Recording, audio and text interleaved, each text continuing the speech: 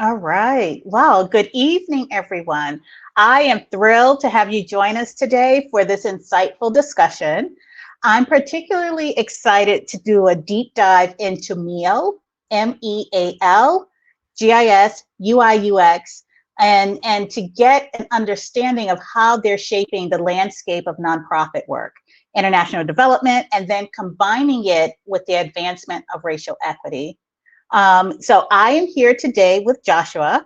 Joshua has an expertise in this area. It's both extensive, it's inspiring, and I can't wait to hear more about the different projects that he's worked on.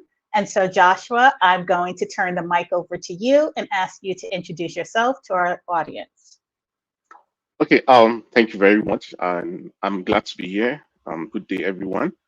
Um, my name is Joshua Okeke, and I I have an extensive experience in the area of mail and GIS, and I have a bachelor's in applied mathematics, and currently pursuing a master's in statistics. Well, I have extensive skills in GIS and mail. So, thank you. All right, all right. So, math and statistics. Oh, this is going to be a good conversation. So let's get ready to dive in. So I will tell you the first time that I heard of meal and I looked at I just saw the words and I was thinking, okay, meal delivery. I'm hungry, give me food, right? And then when I spoke with you, I was just like, okay, it's not that. But ironically, around the same time, November, December of last year, when we were starting to envision our Black History Month programming, I was looking at different websites of some of our different nonprofit partners, and I'm looking at their impact numbers, and I'm looking at all of this information. And it just so happened that it coincided with Neil. And so I'm going to ask Joshua, this is totally new to me. And so I'm excited to kind of get Mhm. a, from a high level perspective. Can you tell us what Mel is or meal? Okay, before I'll be able to tell you that, I will want to start from a historical perspective of where the word mail comes in. But it's not you're not just the first person. The first time that the phrase mail started, people felt okay. Oh, are you ordering for a meal, or are we not eating? But historical perspective, it started all from M and E, right? So monitoring and evaluation. But monitoring and evaluation was not really capturing the entire um, atmosphere or the entire sector, or what really monitoring and what that operation or that process should be doing. So the idea of monitoring, evaluation, and learning. So it became MEL, right? Which some organizations still use. Then before, and I said, okay, why don't we spice it up with accountability now? So that is where the word monitoring, evaluation, accountability, and learning MEL came up with. So this is now more robust, more encompassing, and at least it captures more areas. Okay, and so then, all right, so Mel, Mm-hmm, monitoring, evaluation, mm-hmm, accountability, and learning, exactly. So, right? yes, and basically, MEL focuses on systematically or in terms of process or procedure collection or collecting, analyzing data to improve program outcomes, right? Mhm, mhm. And program outcomes, impact, and ensuring accountability and learning from each initiative. So, which means what do we know from our results? What do we know from what impact has the results done have in a particular program or a program that has been conducted? Learning can we get from this, from our results, and what is the accountability from this result? So that is what mail is all about. It shows you um, all that. So it just focuses on collecting data for measuring outcomes, impact, and ensuring accountability and learning. Yeah.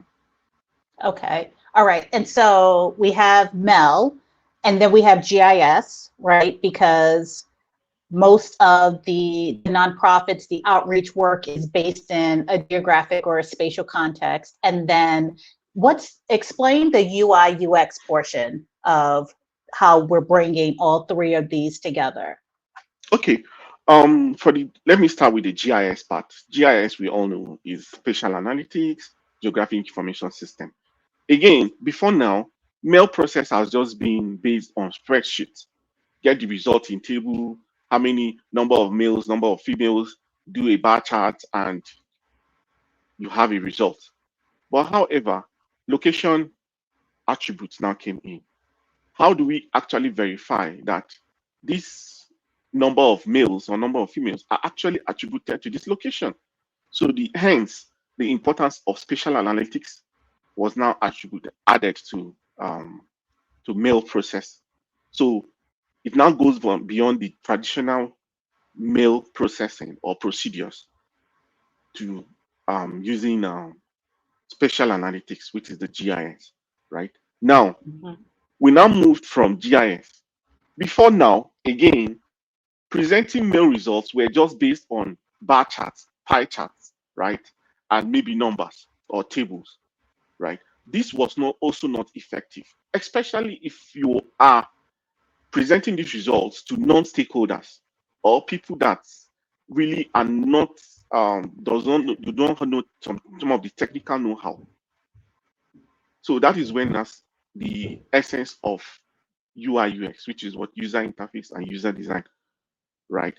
How do we present these results in a way people can actually understand that all stakeholders involved? And when we mean stakeholders, we mean those people that the beneficiaries, people that might not have some formal education. They are also stakeholders in any program, especially development program or non-profit program. How do we convey this result to them that see our idea on abortion, on reducing GBV or gender-based violence, our initiative on you know empowering women is actually hitting or getting the impact, the desired impact. How do you communicate this result to these people? Will you just bring a bogus report, 100 pages report, and hand over to them?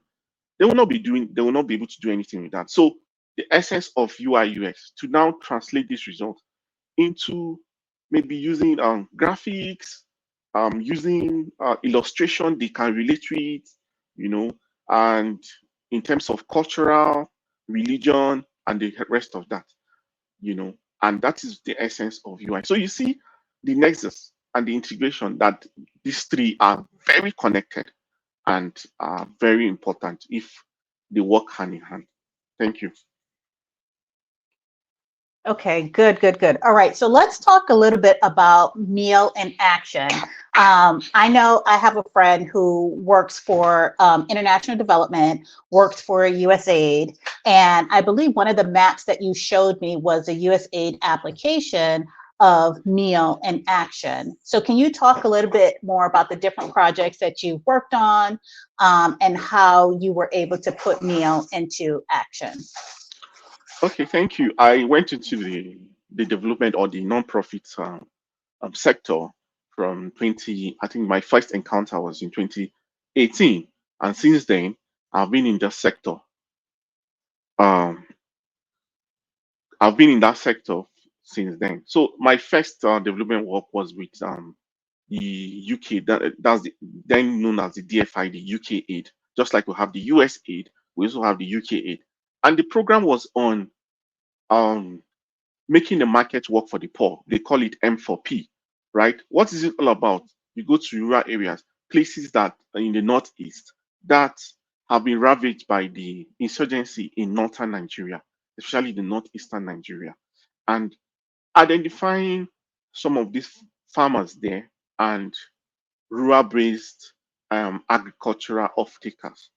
So what do we do?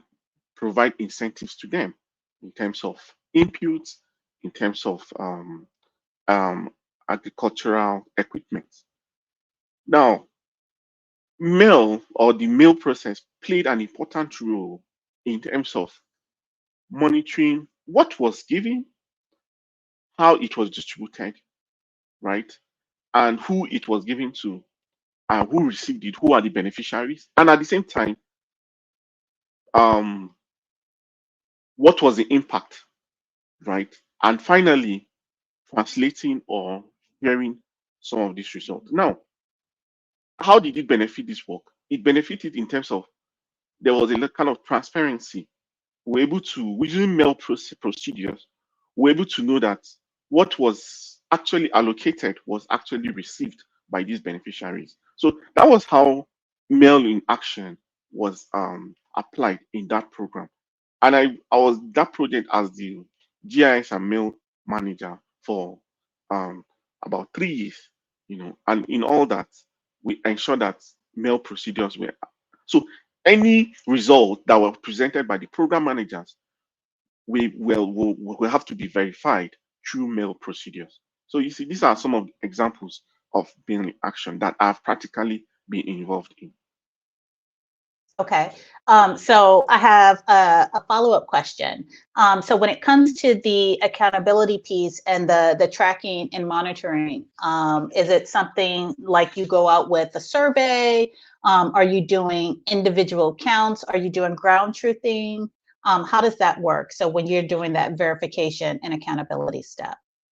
Okay, I think for that we need to break down the whole mail. Let's break it down. For example, the monitoring. Monitoring is more regular, right? Monitoring is done more regularly, and monitoring is more database, right? For monitoring, you have to collect data. So there are different types of um, monitoring activities that can be conducted, or you can even call it surveys. One is baseline survey.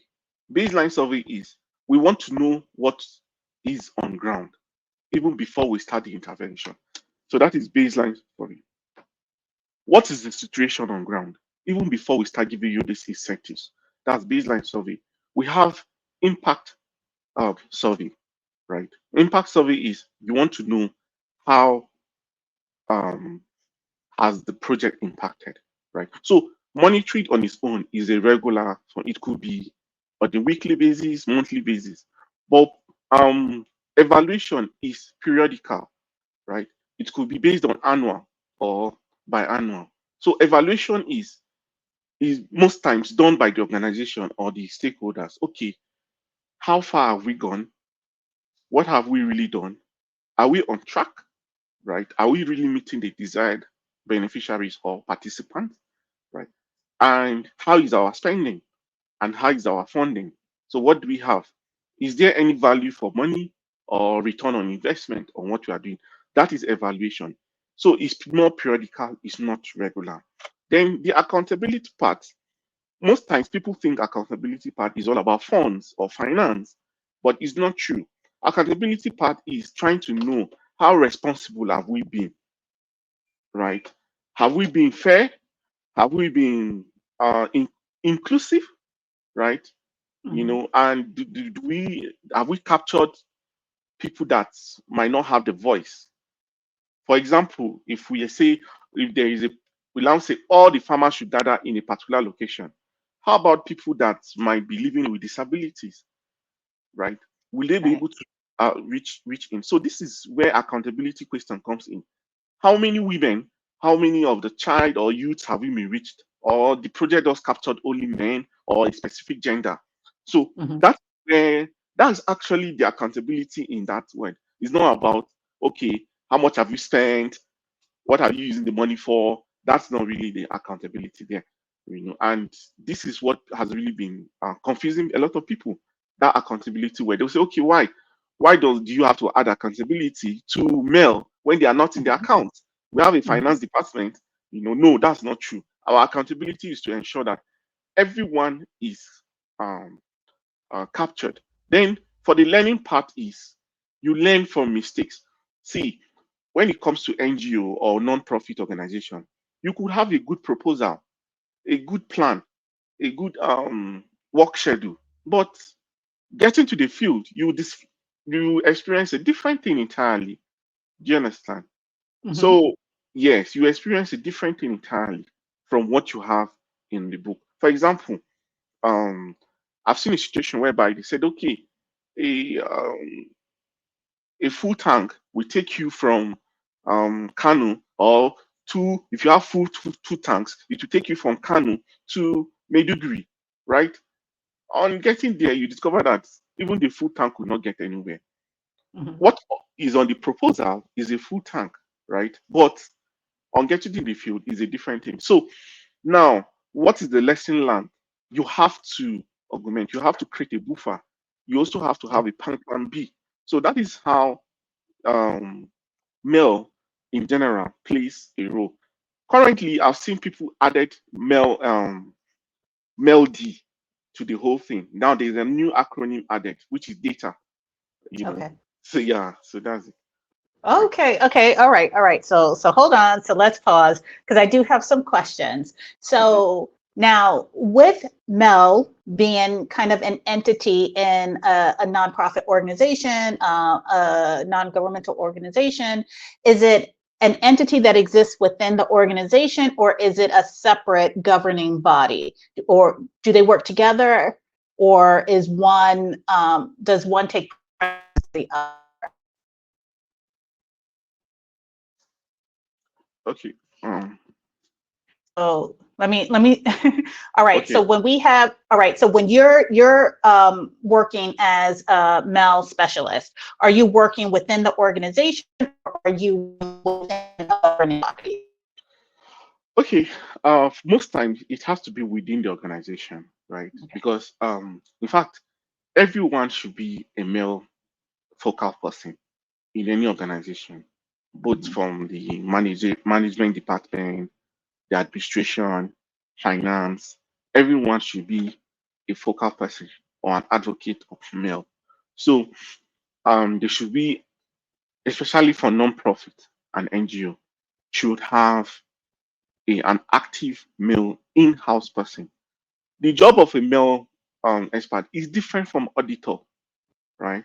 It's Mhm. also different from an auditor. You know, a male is completely different, right? So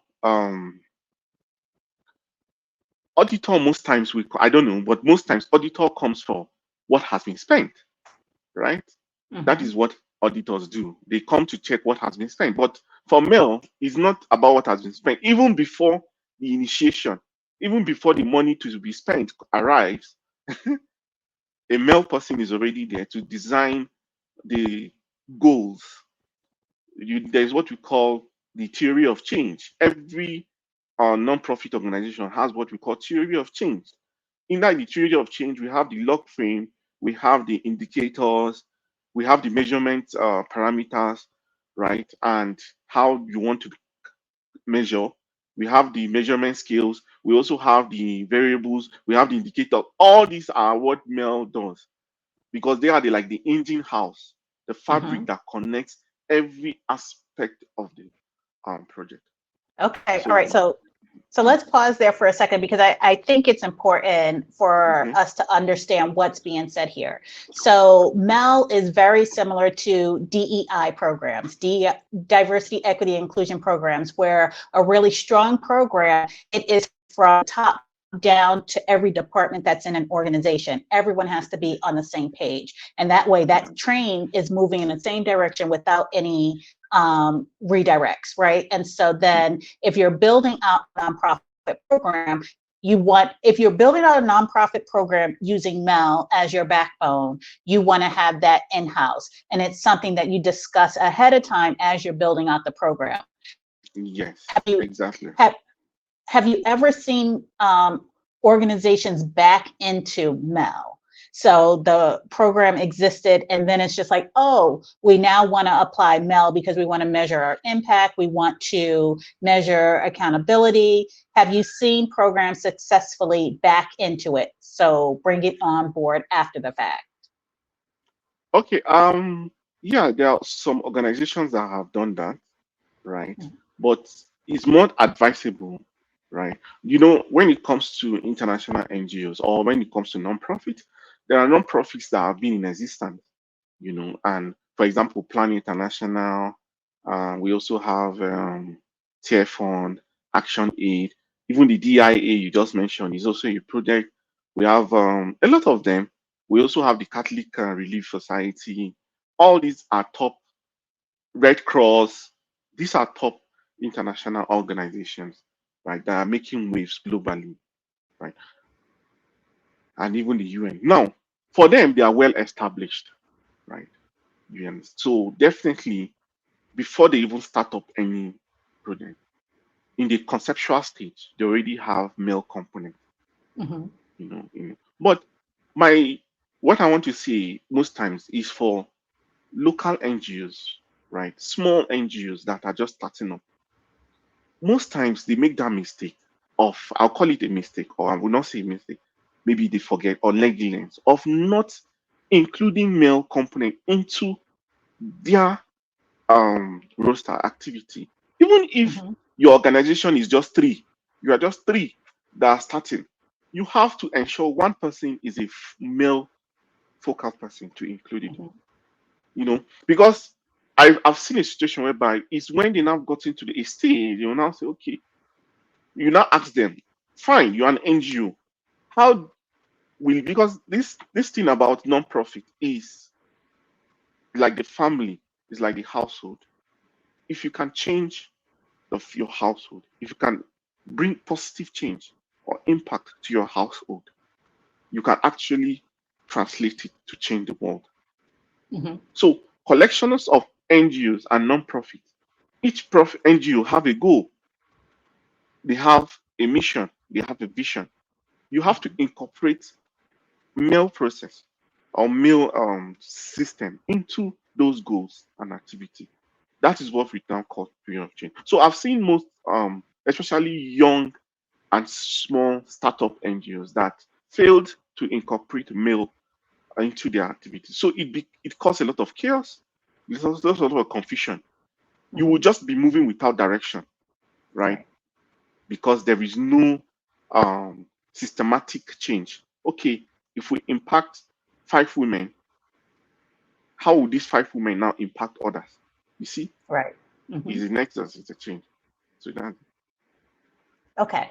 All right. So we've talked a lot about Mel. We've talked about how it has a geographic component. We've talked about the UI UX component. Do you think that we can see what Mel might look like to the layperson? So I know okay. when we talked before, you had a story map or two. Would it be possible to pull that up so that we can kind of see what it looks like? Yeah. So most times, so this is one of the, okay, I can see the one displayed now.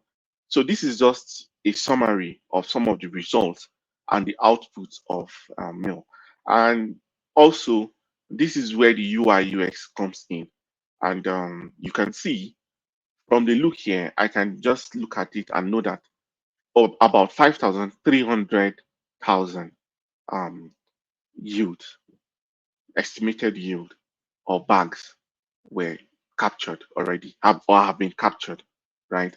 And I would know that about 2.3 million or 296.3 million, you know, has been spent already on this project. So you see how integrating, and you can see the location too. If you click on the names of those individuals, it will take you, double click on this, right? You see, the idea is to take you straight to the farm or the farmers. If you can click on another, it will take you straight to the farm. So that's just the idea. Do you understand? You know. So so this is integration of mail, GIS, and UI UX in action, right? So like the one you can click on another, you will see that it takes you, and this is a list of all the beneficiaries, the participants, that benefited from this particular program. And you can easily see that the number of males, the number of females, and the rest of that from the by just clicking.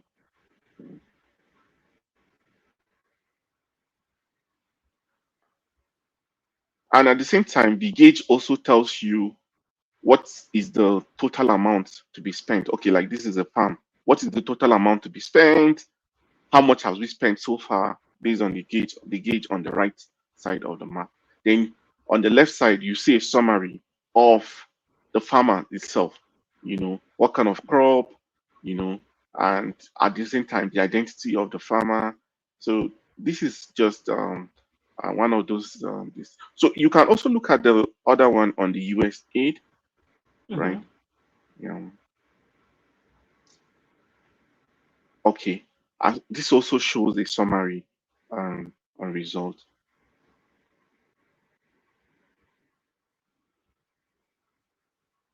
Now, people understand results faster when you have UI UX elements. For example, using infographics. I've seen a situation whereby, especially in the northern Nigeria, that they will prefer to see your graphics. You use women wearing hijab. That is how they relate faster, right? Or Mhm. you understand. So, but in Nigeria, in all southern Nigeria, is not really a challenge. That is not really a problem. So that is how UI UX application in mail or integration with mail actually translate this result and help share the results from mail to stakeholders, to layman stakeholders, anybody, and people that are interested. Okay, there is another one on the US aid. If you can pull that up too. Yeah.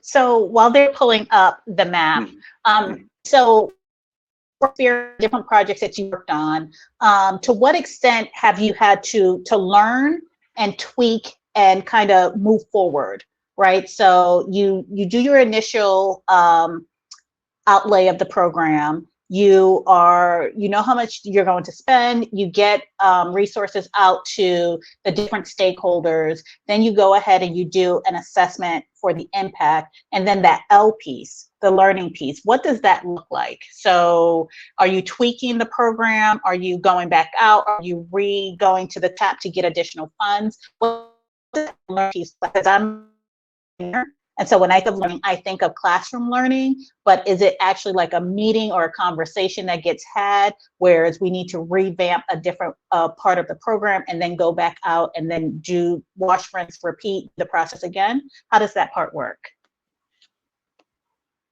Okay. The learning parts can also be there are different components to learning when it comes to mail. It could be learning for the implementators or the in terms of the stakeholders or the people, the the staffs, So learning in terms of if they need to acquire a particular skill, right? But that's not primarily um what learning in mail is all about. Mm-hmm. It's not about skills. Okay, they need to learn how to use Excel, how to use Power Mm-hmm. BI, or how to no, that's not really primarily the learning. But the learning we are talking about here is when you've experienced based on the monitoring process, the impact, and the evaluation and accountability process. If you have discovered anything new or there have been some a kind of whether positive or negative experience, how do we learn from this so that we don't repeat same mistake? That's one. So it's like a proactive learning. How do we learn from this so that we don't repeat same mistake?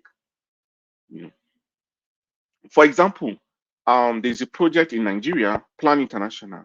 So the idea was to map 60,000 or 68,000 children from age 0 to 5 years in FCT Abuja, right? So we Mm-hmm. had 100 and about 150 something enumerators, which were directly under me. We trained all of them. I trained all of them on how to collect data and do all that, you know. But On getting to the field, they kept collecting this data. It got to a point we now discovered that actually the tool we're using cannot, or will not be able to capture. It has a maximum number of entries it can take. Okay. I think the maximum then was like 40 something thousand or 50 something thousand. Okay, this is the word from USAID. So what happened? We had to hold on for some days to be able to create another one, send an update to the form so that they can download a new form on that tool. So you see, we have to sit down and say, okay, we've learned from this. What do we do next time? Mm-hmm. Every one of them will not be sending to one database. We can have, it's either we'll have a larger database or we can distribute the database so that they can be sending to different database, and that way it will not get filled up. So learning is, you learn from your monitoring evaluation process and use it to, and also when you now learn, most time that is why theory of change is very important. You can go back to the result framework, right, or the Mm-hmm. indicators to adjust it. Oh, we wanted to reach out to 5,000 women, but we now discover that it might not be visible based on what we have seen so far. We have to Mm-hmm. adjust it to reduce the number. But however, this has to be communicated to the donor or to the stakeholders. We are going to Okay. reduce this number too. Or we've learned that we can actually reach out to more than 5,000. Why don't we increase it to 10,000? That is Mm-hmm. learning procedure. Okay. So, All yes. right. So it's kind of field work. So you're out in the Right. field and trying to make it and you go. Okay. Yeah. So it looks like we had the USAID map up here. So this Yes. is one I saw that I was really fascinated by. Can you take us through what we're looking at on this map? Okay. The West African Trade and Investment Hub is a project that is funded by the United States Agency for International Development. Is founded by all the U.S. missions, that's the U.S. embassies in the West African region. So the idea Mm-hmm. was to identify businesses that are into agriculture, that are into apparel, that are into raw materials, and the rest of that. Give them a sort of grants and stimulants, help them build factories, then they will now be able to manufacture or export these goods or products to the US, right? So Mm-hmm. now what you can see on the right hand side is the missions that funded it. I told you it's a collection of different missions, all the US embassies in the Mm-hmm. West African region. So you see, when you see Nigeria, it means it was Nigerian mission that funded our project. You see Ghana, Sierra Leone, Ivory Coast, and the rest of that, Senegal. Now, that is what you see on the right hand side. Why on the map, you will now see all the partners or the the participants or the beneficiaries that got that grant. If you click Mm-hmm. on each one, it will give you a summary of how much they received, when is the grant ending, and the rest of that. You have information on everything on that. You see, you have Okay. information on their grant. Yeah. So I have a question from a Mm. UI UX perspective. Is there a standard for how you display this data, or is it left up to the meal administrator or the person who is creating the map? As long as you don't, first thing first, you don't violate any data privacy law Mm-hmm. anywhere, right? That's Mm-hmm. one. So, which means there are some private data or identity you don't reveal. However, there is no strict rule. But the one important rule is keep it simple, keep it interactive. Don't make it too complex. It's not, meal dashboard should not be scientific dashboard. It should not be dashboard that should be used to launch rockets to space. You Uh-huh. understand? Uh-huh.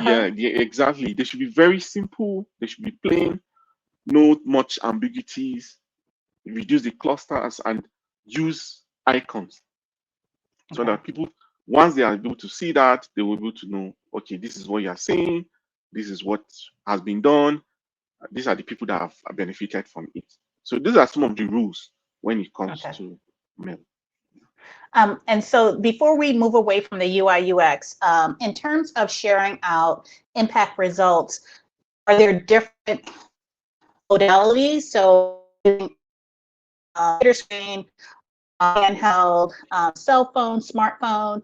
Are there ever times where you would share this information through a hard copy map or through some other format? Or is it, when we talk about UI UX, it's typically in a computer screen, but in terms of sharing out the impact statements with stakeholders who may or may not have access to, you creating PDF documents, how else are you sharing the information? Okay, like it all depends on the audience, right? Mm-hmm. It all depends on the audience. Like for the project I told you about, Plan International.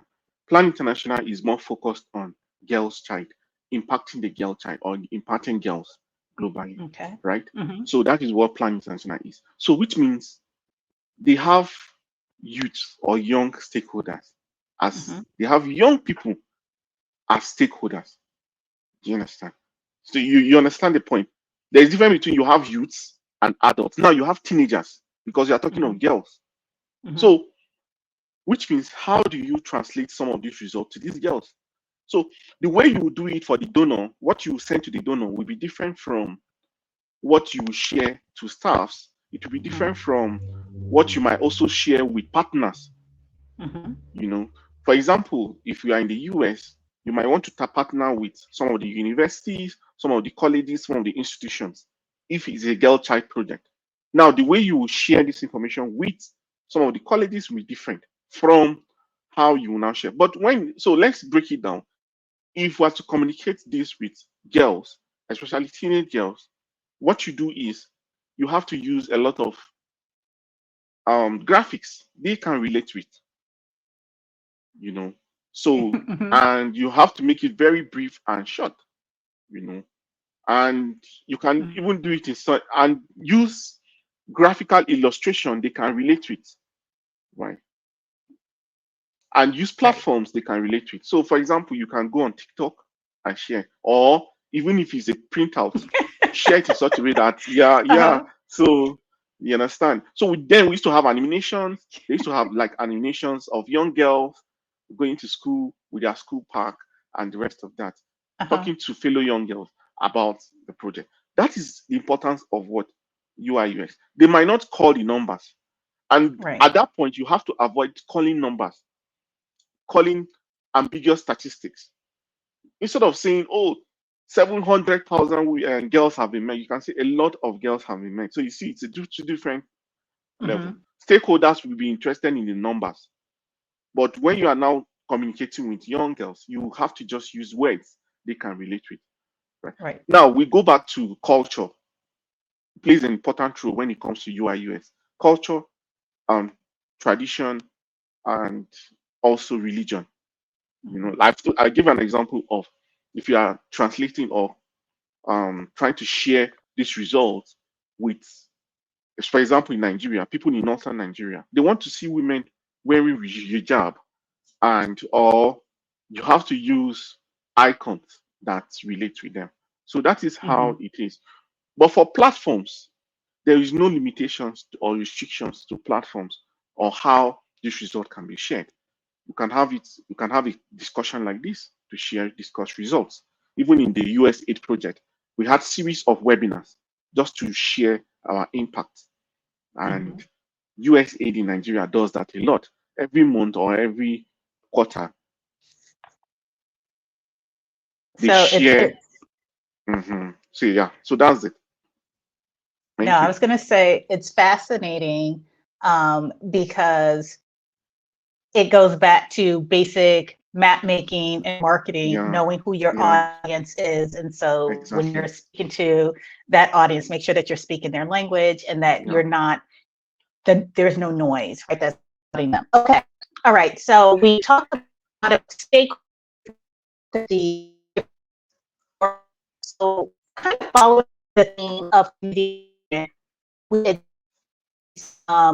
it's vital to North Star, it's vital to other nonprofit organizations, that community engagement piece, that whole accountability piece. So when I saw that Mel had transformed into Meal with the accountabilities, I was excited. How has the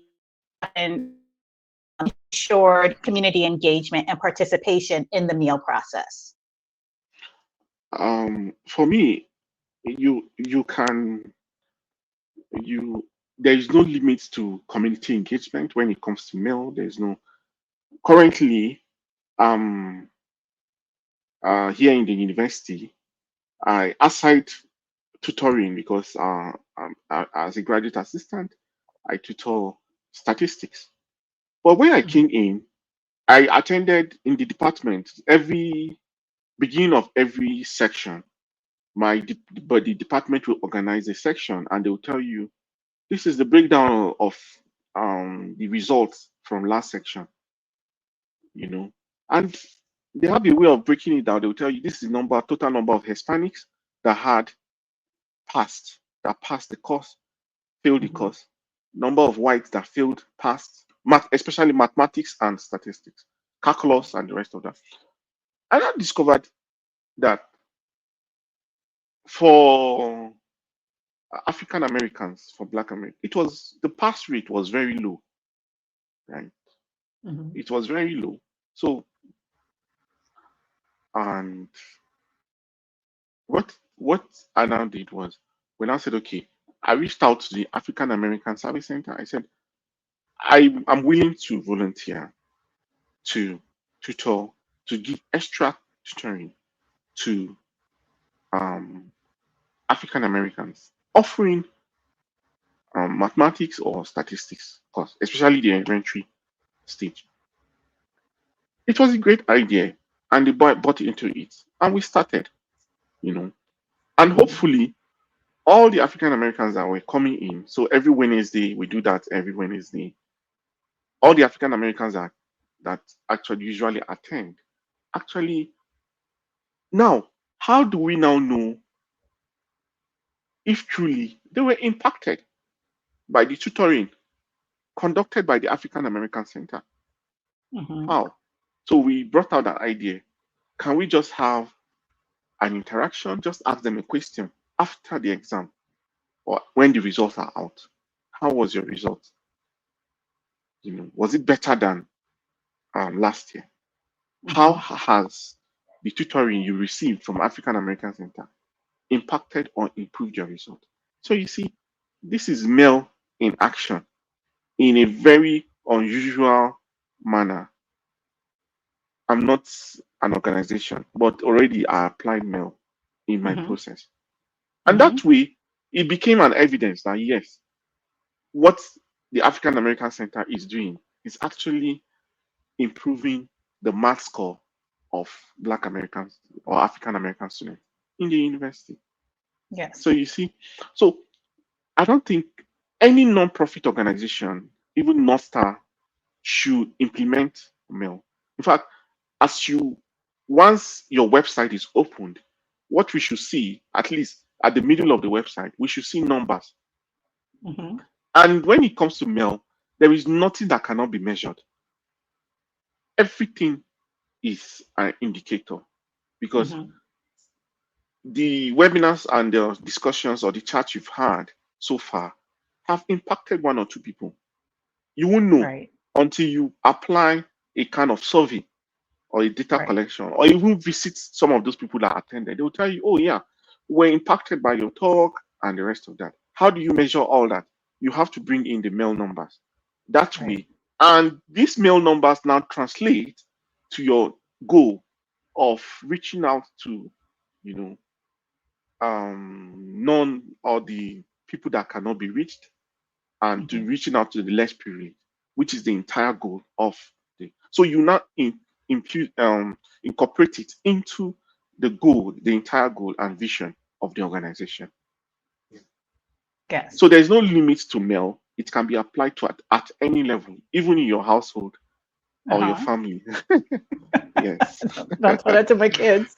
Okay. All right. So Yeah. the theme of 2024 Black History Month is Afrofuturism. And you started to touch on this just a little bit when you talked about the evolution of Mel into Hmm. Meal into Meal D. So can Hmm. you talk, if you were to predict into the future, what does the future of Mel D look like? Um, if I very soon I will be I will very soon there will be I should see something like male data science. Uh-huh. Uh-huh. Yes. Okay. Yeah, you see something like that, male data science. And today we've seen a lot of professionals embrace male as a core profession, like they transit, Mm-hmm.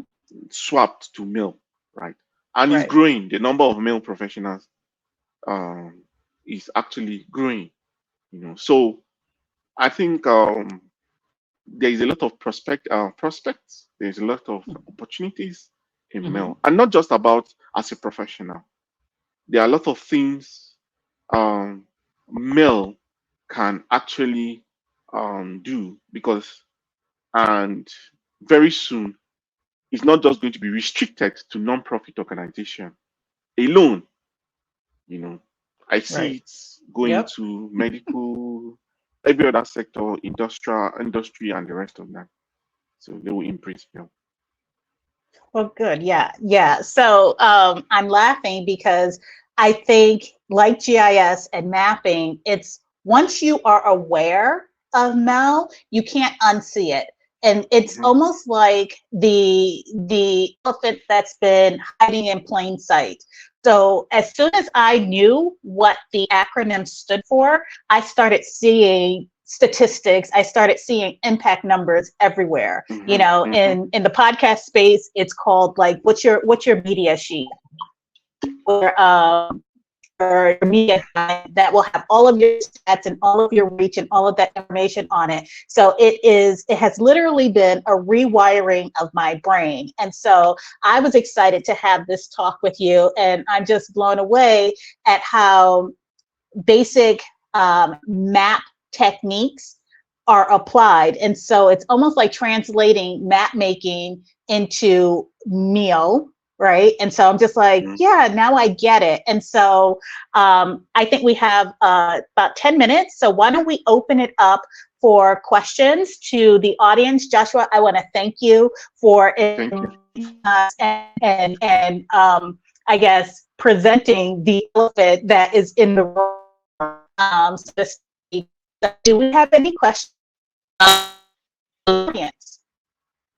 Okay. So we talked a lot about the quantitative aspects of Neo. Are there any qualitative aspects of Neo? Yeah, there's qualitative aspect of meal, and qualitative aspect is one important aspect of meal, right? Because and why I like qualitative aspect is you get a first-hand um, information. So, but the thing is, getting qualitative data is quite challenging compared to quantitative data. For example, qualitative data, you either use focal group discussion, you use interview, you interview the stakeholders and the rest of that. But the advantage of qualitative aspect and also analyzing qualitative data is quite challenging for some people because you will not be seeing numbers. You have to do transcribing, you have to extract the common words. So it's a challenge. But qualitative is very important, but you have to have a good plan on how to capture the data. So most times, face-to-face interview, right? Focal group discussion, right? And also workshops, through workshops. And you can also use just a, a Q&A, question and answer. You can also have a Dropbox. People should just opinion pool. These are aspects of getting qualitative aspect of and then in terms of translating results for qualitative aspect, um, MIE is not just about numbers. You can interview beneficiaries. You can have beneficiary interview. Let them share how they feel.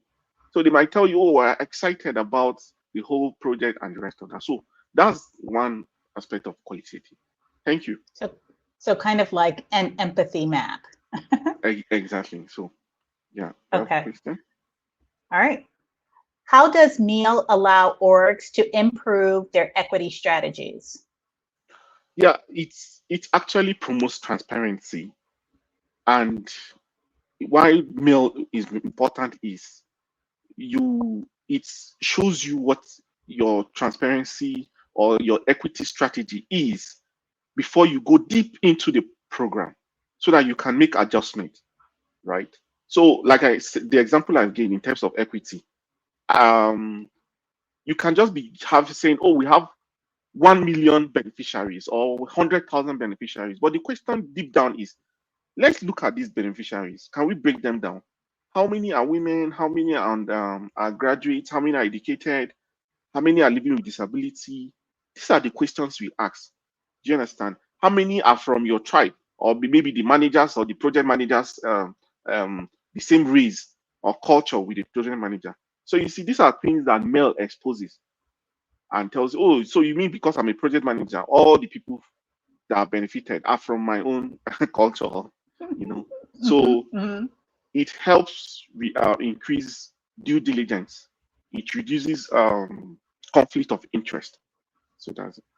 So it kind of gets at that A piece, right? The Yes, accountability yes. piece. Like when I worked, every organization, like when I worked in planning, the US aid, UK aid, mail and due diligence department worked hand in hand. You see, so Mm-hmm. that's it. Yeah. So I do have a slight follow-up question. So when we talk about that whole accountability piece and when we talk about that transparency piece, that's a well thought out conversation, kind of like in the beginning of Yeah, establishing your MEL program. exactly, exactly. Yes. Okay. All So right, good. you from the beginning you have to have a kind of a nexus, a bridge Mm-hmm. where the accountability or the mail and the equity will have to meet. So, but all that is done in the theory of change. Theory of change is quite complex, and um, you can look out for it. Just type on Google theory of change. You see how complex it's like a chart, Mm-hmm. and it's very, very complex. It summarizes every aspect of a program. Thank you. Okay. All right. All right. Any other questions? Okay. Based on the examples showed, it seemed that Neil directly links projects to money. What's the goal of that? Okay. Well, for me, for it depends on what the project goal is all about, right? But meal does not really directly link to money. Do you understand? Meal, the goal or the essence of meal is not about. They say meal tracks money. No, it's not about the money. Our focus is what do you intend to achieve? How do you intend to change the status of your beneficiary? Anyhow you intend to do it is up to you. Okay, you met, let's say you met 10 people crying. How do you intend to make them laugh? It's up to you. You want to give them money, you want to tell them a joke, or you want to give them food. We don't care. But at the end of the day, out of 10 that were crying, how many started laughing?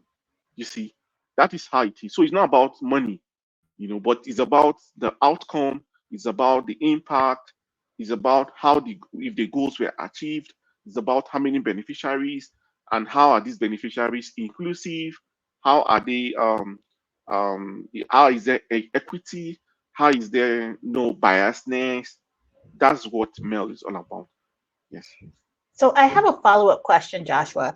Do you see, in terms of measuring impact, um, in a city they might measure impact using money, right? Do you see in kind of globally, do you see a difference in how impact is measured? So are we following the money? Are we following happiness, lifestyle trends and things like that? So does the measure of impact change kind of based on where you are geographically? The truth is, the globally the thing is, most times you might not be able to make the impact without the money. You understand? So that's the truth. Some to some extent, you might not be able to make the impact without the money. So that is why you cannot take the money out of it. That's all money. When we say money now, we're talking of resource, Right. because to reach out Resources. to these people, to reach out to in rural areas or to suburbans, you need to transport yourself there. You need to travel. As a male person, you travel a lot. You go to the field. It's not office based. You can't stay in the office and say you are doing mail. You have to go and see it yourself. You need to take pictures. You need to take observations. And when you get there, you need accommodation, safety. We do not have time. We'll look at some of the challenges in terms of mail, security, safety, and the rest of that is all part of the um, impediments in implementing mail. So that was actually one of the questions that I had. What are some of the challenges that you encounter when implementing Mel? If I'm going to repeat Okay. after you. The thing is, the whole thing is one, um, reachability, right?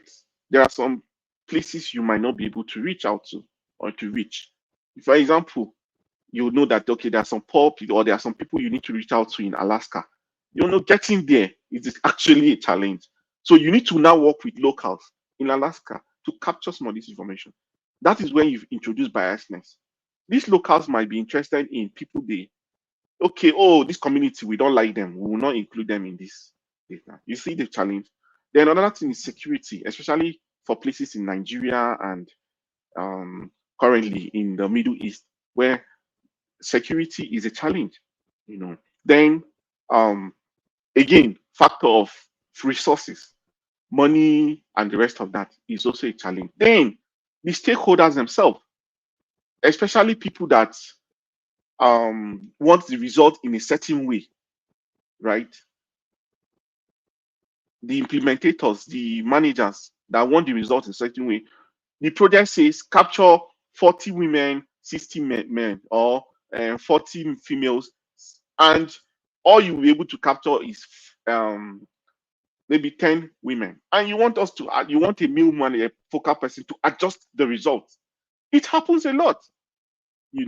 So um, stakeholders wanting manipulations so that they can now present a kind of a result that looks very, very cut or being trying to be picky, want to be Mhm. selective or the kind of result they present. So it's also a challenge, and so on and so forth. Then training, technical know-how. A mill manager should be able to design a questionnaire, use mobile apps, and now we're talking of GIS and UI UX. So which means a mill person should be able to at least create basic maps and also create basic infographics, and at the same time be very good in statistics because you do a lot of data analytics. So training Wow. too is a challenge. Yeah. So that's it. Wow. Well, thank you, Joshua. I feel Yeah, like we could continue this conversation on, but you know what? North Star has a full year's worth of programming coming up. And so we hope to have you back again. This sounds like a really riveting conversation and lots of dialogue. So to be continued. So if you all will thank Joshua with me for participating. This is our second to last conversation in our Black History Month series. And so again, we thank you for spending this hour with us. If you thank are you. not registered, so thank you, Joshua. And then Thank for you. our attendees, if you are not already registered for the last and final session of Black History Month, please go ahead and do so before we run out of seats. We're going to be hosting the father of environmental justice, Dr. Robert Bullard. Coming in March is going to be the release of the North Star Gaze podcast. And if you enjoyed this session and the rest of our Black History Month sessions, be on the lookout. Make sure you signed up to our YouTube channel. And my final ask, if you're not subscribed to the YouTube channel, one of our goals this year is to grow. our YouTube channel. So pop on over and just hit that subscribe button, please. And until next time, thank you, Joshua, and thank you for everyone who attended tonight. Thank you. Bye.